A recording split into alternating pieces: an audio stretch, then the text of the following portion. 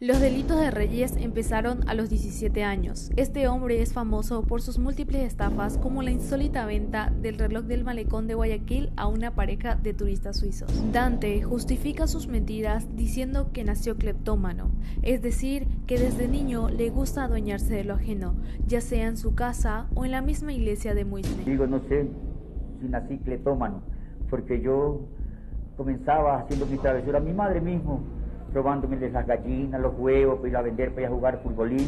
Cuando los domingos nos tocaba ir a la iglesia, de noche, entonces a los curas me llevaba las cosas donde ponen la limosna. Yo veía todo cuando ellos ponían a los cajoncitos que hacían para poner la limosna, todo, digo, eso que los curas van a llevar, lo llevo yo.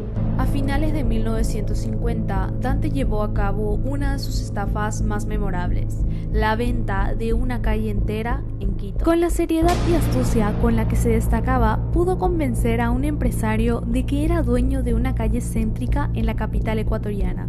Su víctima le pagó una fuerte suma de dinero como adelanto de la nueva propiedad que estaba adquiriendo.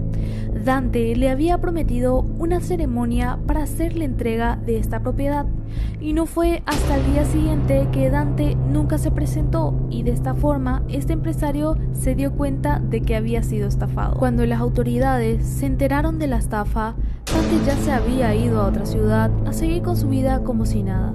Sin embargo, este episodio marcaría el inicio de su gran leyenda. En 1967, Dante viajó a Colombia, donde se hizo pasar por el vicecónsul de Ecuador en ese país. Cuando descubrieron su engaño, Dante regresó a Ecuador para encarnar un nuevo personaje.